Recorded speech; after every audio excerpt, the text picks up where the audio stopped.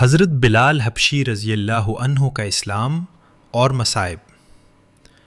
حضرت بلال حبشی رضی اللہ عنہ مشہور صحابی ہیں جو مسجد نبوی کے ہمیشہ مؤذن رہے۔ شروع کے میں ایک کافر کے غلام تھے، اسلام لے آئے جس کی وجہ سے طرح طرح کی تکلیفیں دیے جاتے تھے۔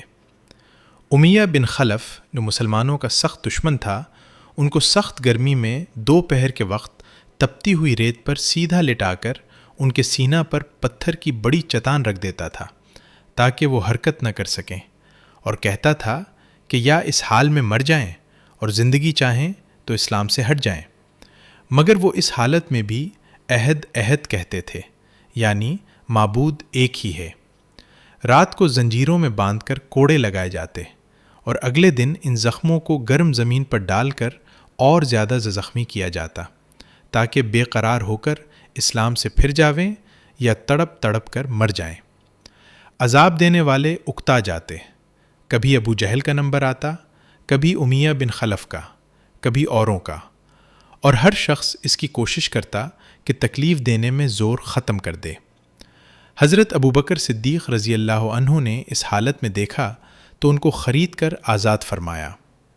فائدہ: چونکہ عرب کے بت پرست اپنے بتوں کو بھی معبود کہتے تھے، اس لیے ان کے مقابلہ میں اسلام کی تعلیم توحید کی تھی، جس کی وجہ سے حضرت بلال صلی اللہ علیہ وسلم کی زبان پر ایک ہی ایک کا ودرد تھا۔ تعلق اور عشق کی بات ہے۔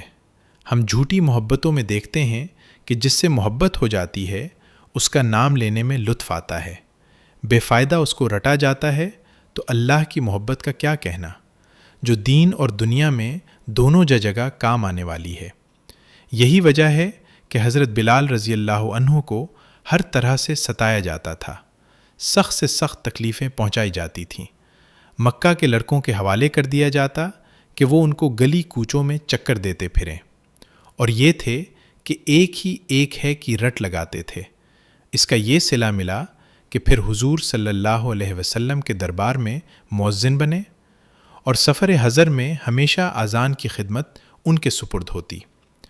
حضور صلی اللہ علیہ وسلم کے وصال کے بعد مدینہ طیبہ میں رہنا اور حضور صلی اللہ علیہ وسلم کی جگہ کو خالی دیکھنا مشکل ہو گیا، اس لیے ارادہ کیا کہ اپنی زندگی کے جتنے دن ہیں جہاد میں گزار دوں، اس لیے جہاد میں شرکت کی نیت سے چل دیے۔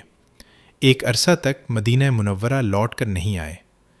ایک مرتبہ حضور صلی اللہ علیہ وسلم کی خواب میں زیارت کی۔ حضور صلی اللہ علیہ وسلم نے فرمایا، بلال، یہ کیا ظلم ہے، ہمارے پاس کبھی نہیں آتے؟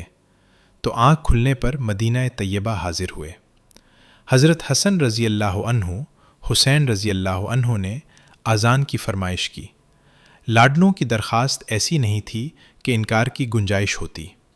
اذان کہنا شروع کی، اور مدینہ میں حضور صلی اللہ علیہ وسلم کے زمانہ کی اذان کانوں میں پڑھ کر کوہرام مچ گیا۔ عورتیں تک روتی ہوئی گھر سے نکل پڑی۔ چند روز قیام کے بعد واپس ہوئے، اور 20 ہجری کے قریب دمشق میں وصال ہوا۔